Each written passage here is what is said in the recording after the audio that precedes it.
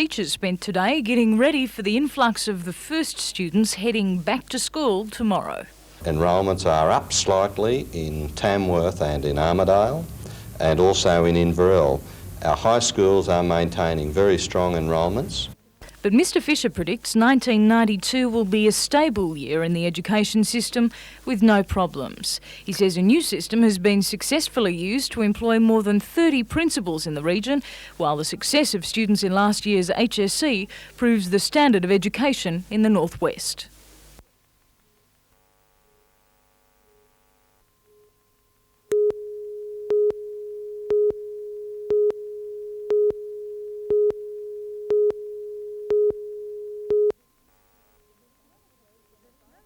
The smell occurs when a byproduct of the iron-making process, slag, is quenched with jets of water. Last week, about 10 tonnes of slag leaked from one of the quenching pits under the blast furnace. The slag had to be cooled quickly, which caused a build-up of hydrogen sulfide fumes. Consequently, residents in the area noticed a strong rotten egg smell.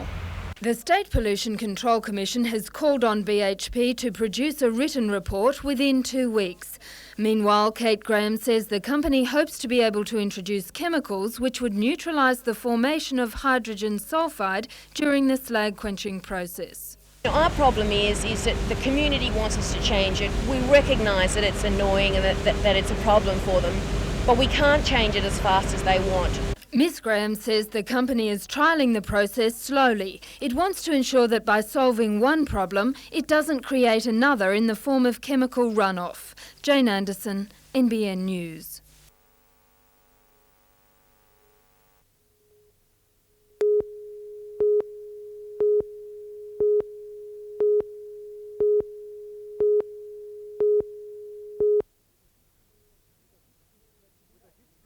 With a history stretching back for more than a century, the Lambton Colliery site now faces an uncertain future.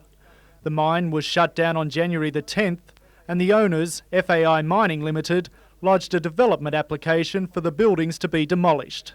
That application has prompted public submissions calling for the 8 historic buildings to be retained. Suggested uses for the 19th century structures range from a shopping village to a museum to a community centre. But Lake Macquarie Mayor Doug Carley says before decisions about the site's future can be made, more consultation is needed. It rests with a meeting that our council has moved to organise between the FAI and the state and federal heritage councils. Yet he says he's in no doubt what the public feeling is for the building's fate. Well, I believe the feeling of the community is that we should maintain our heritage. The Hunter branch of the National Trust asserts not only Redhead, but the entire region cannot afford to lose the heritage contained in the colliery's buildings. These buildings form a group of buildings which were built 1890s, and they're the last of such buildings in Hunter Valley.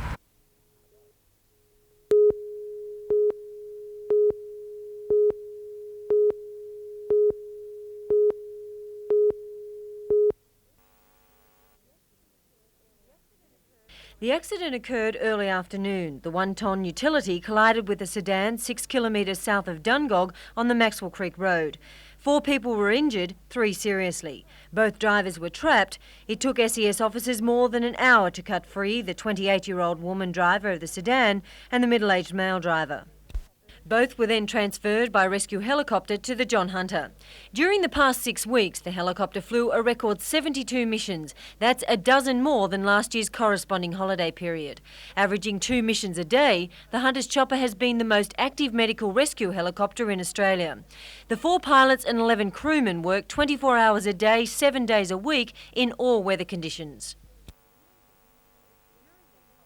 During these holidays, the rescue chopper has covered 30,000 kilometres from Coffs Harbour to Sydney and west to Merriwall. The majority of its efforts have been medical. These involve the transportation of paramedics to accident sites and into hospital transfers. Catherine Lamond, NBN News.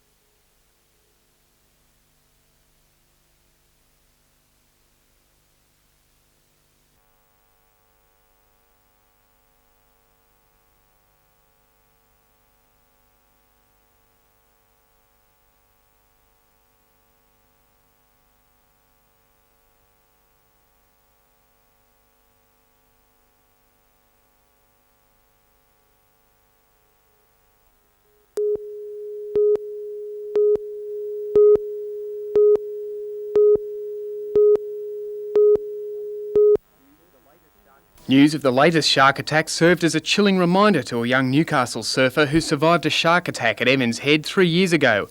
Adam Maguire still feels a numbness where the shark's teeth gashed his side after slicing through his surfboard. He has an idea of what it must be like for the latest victim. I kept having nightmares about it after, but I know he'd just be thankful that he got out of there, and I don't know if he'd want to go back in the surf while I didn't want to go back for a while.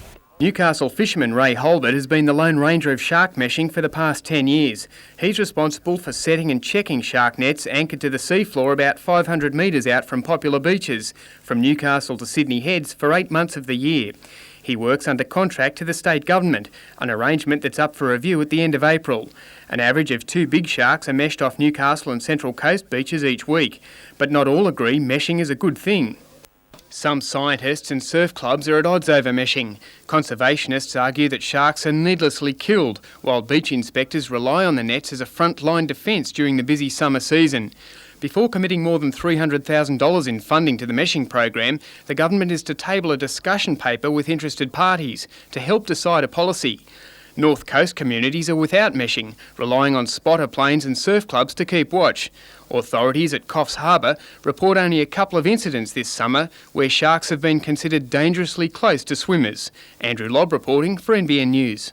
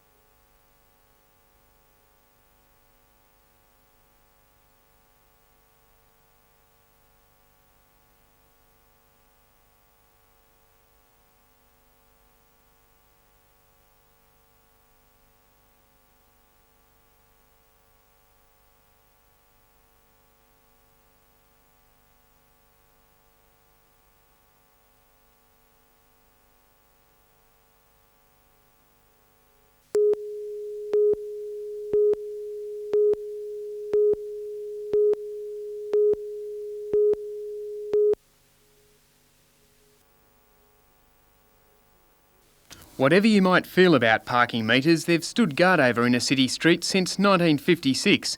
They collect $750,000 annually for the council. Now the 1,500 coin crunchers could be quaking on their poles with the arrival of a newcomer on the block. It's the personal parking meter coupon system, to be tested on a group of motorists over the next few months. To be sold in booklets from the council and city businesses, the cardboard pop-out or scratchy coupons divide into time segments. The motorist marks in the duration of an intended stay and displays the card on the dashboard or windscreen. The system that could make meters a thing of the past requires no maintenance or coin collection and is vandal-proof. It's already in use in cities such as Singapore. Well, coupons have many advantages, and one of the primary advantages is that you can move and park in different metered zones. So, for example, you're not locked into one parking meter. You can activate your coupon and move and park 4 or 5 times. Parking poachers who cruise for meters with time left on the dial will be out of luck. Gone would be the inconvenience of finding change. But some things will remain. The scratches expire just like mechanical meters. Andrew Lobb reporting for NBN News.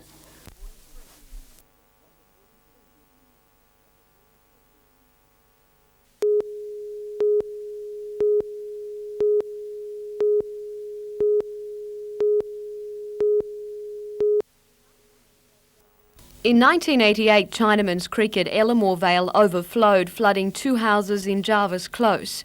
2 years later, the Galloways who live in number 12 were again confronted with rising waters. We had $20,000 worth of damage, which the insurance company wouldn't accept liability for, nor the Water Board, nor City Council. They all claimed that it's not their responsibility. On the other side of the waterway in Crowdis Road, around 5 properties are literally being swallowed by the creek. In June last year, Council agreed to dip into its Catchment Management Trust and rectify the creek's devastating path while erecting a barrier near Jarvis Close to stop the flooding. But since then, the Galloways have heard nothing from Newcastle Council and no work has been done. Today, Chief Engineer Doug Chapman said the delay was caused by the process of getting a licence to carry out the work. He's guaranteed residents that work will begin in 3 weeks, all at a cost of around $200,000. Council will also buy land around the creek so that retention basins can be built.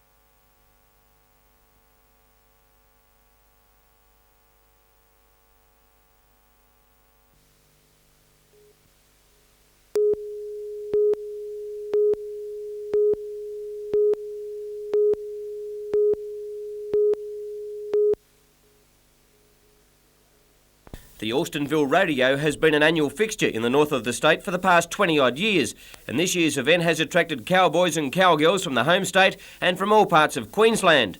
All the traditional rodeo events were on the card, from the bull riding for open and novice classes to the bareback and saddle bronc riding, which really test the rider's ability to hang on for dear life, and of course the barrel races, an integral part of any rodeo. Monies raised from the day's 13-event program go towards the maintenance and redevelopment of the Austinville Showground, with officials delighted with today's turnout.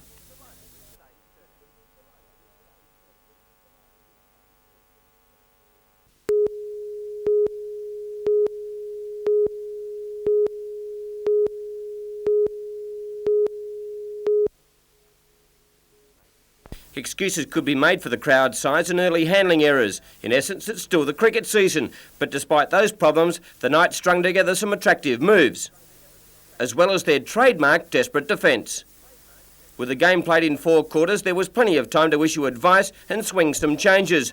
Luckless rooster Brett Papworth was again in the wars, twisting an ankle to go with his broken nose suffered last week. He showed enterprise on rare occasions, but more often than not gave away possession immediately. While this was a problem for the tricolours, the Knights were able to press any advantage.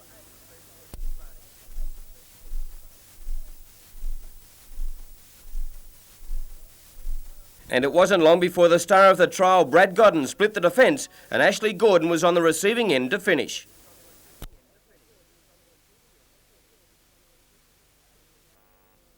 Adrian Brunker and John Schuster also scored tries for the Knights in their 16-0 shutout.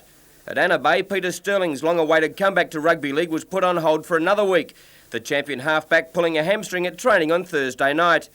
The Eels were in brilliant touch in their trial against North Nelson Bay, Brett Kenny explosive in their 38-6 romp over the Marlins.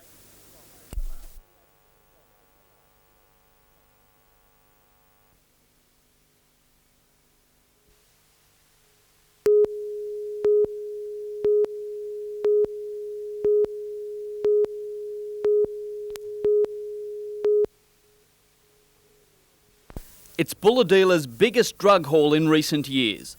2 crops hidden away in the Mile River State Forest west of the town. Police seized 2,263 plants, some almost 2 metres tall. They're worth an estimated $4.5 million on the street. Police received a tip-off last weekend, but waited almost a week before moving in. They were very well tended, very well set up in rows. It wasn't just a case of sticking in seeds and waiting for the results. They were very well looked after plants. Also confiscated a water pump and a collection of hand tools. No arrests as yet. The plants will be destroyed this week.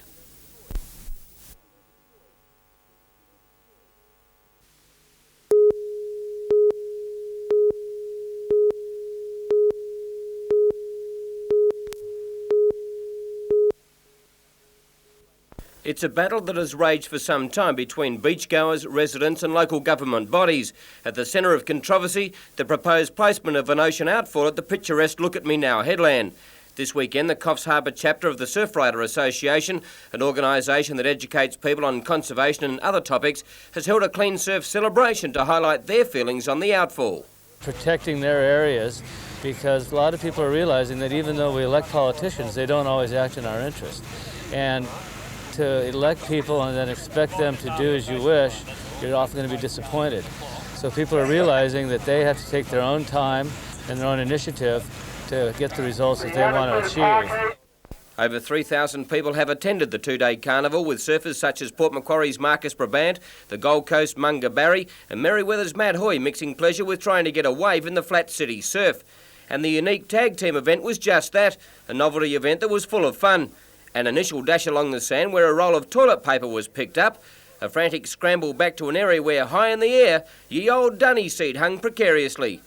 On scoring a goal and flush with success, it was into the crystal clear water for a long wait in the 6-inch swell. After catching the required number of waves, it wasn't that easy to make the tag and send your teammate into the briny. All of this in hoping of promoting a cause and having a jolly good time while soaking up the sun.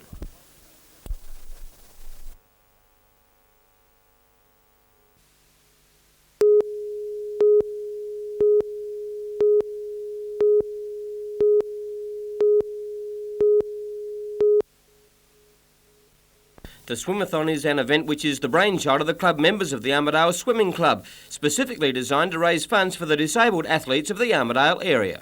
It's called the Armidale Olympics Fund, but it is substantially for handicapped people. We want to help them to help themselves.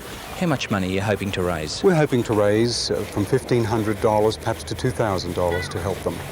And along with the club members, quite a few prominent people from the inland city lent their support. Mr. Ian Johnson, a local solicitor, and Mr. Terry Doherty, who's the manager of the local branch of the Department of Social Security, led off this morning. They too are contributing. Today's Swimathon is an ideal opportunity for many competitors to put the finishing touches to their preparation for next Sunday's annual carnival.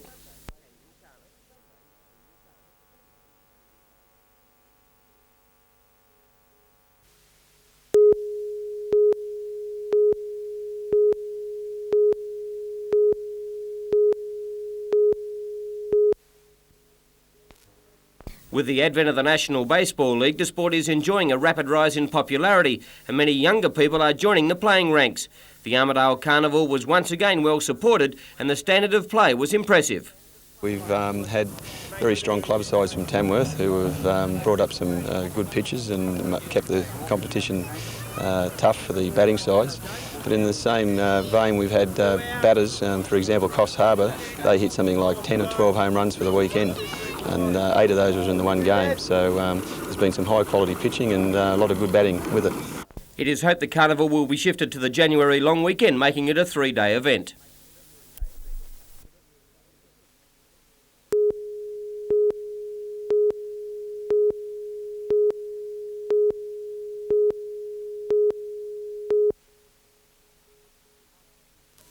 Heart disease, cancer, diabetes, conditions that have debilitated or killed millions of Australians. Now these medical problems are the focus of a questionnaire that will be going out to thousands of Hunter households from today. The questionnaires are the first step in a study by researchers at the university's Faculty of Medicine as they examine problems that seem to be carried from one generation to the next. What we're on about now is trying to use the family history information to help you identify who really needs to get serious about health prevention. Dr. Silberberg says while most people take steps to prevent problems such as skin cancer developing, other conditions are assumed to be untreatable because they run in the family. It's a death wish philosophy that, well, I've inherited this tendency to this disease and therefore I'm not going to do anything about it. But when it comes to the area of heart disease, asthma, other vascular diseases, there's a lot less inclination among the general population to actually study the family to find out whether or not they're at increased risk. The study has been funded by the National Heart Foundation. Dr. Silberberg has been planning the project for 3 years and is now waiting for the questionnaires to be returned so that from family histories he can help chart the future of medicine. We're very hopeful and we think 5 years from now we'll have rewritten some of the theory.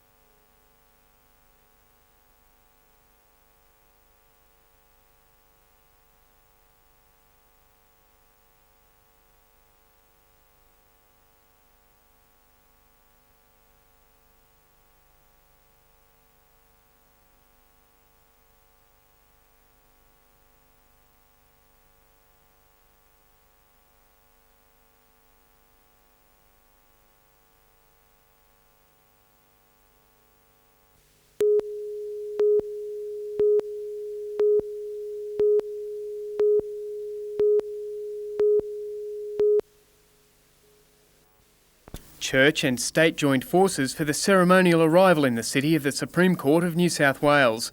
Members of the legal fraternity, clergy, parliamentarians, citizens and school students attended a service at Christchurch Cathedral. Despite the pomp and circumstance of the occasion, speakers stressed that the laws of the land exist for the people rather than the other way around, and that trust in ordered society will bring the nation through troubled times. You have learned that they were told eye for eye, tooth for tooth. But what I tell you is this: do not set yourself against the man who wrongs you. We Australians have lost our way because so many are now making their own rules for living. With the service complete, a procession set out for Newcastle Courthouse, where the Supreme Court sittings will be held over the next 3 weeks. The Lord Mayor, Alderman John McNaughton, resplendent in his robes, welcomed the Honourable Justice Aberdeen, who first came to Newcastle as a young article clerk 30 years ago and now presides over the Supreme Court. The sittings are necessary to clear a backlog of cases, many of which have been on an 18-month waiting list. More than 370 cases should be heard while the court is in session. Andrew Lobb reporting for NBN News.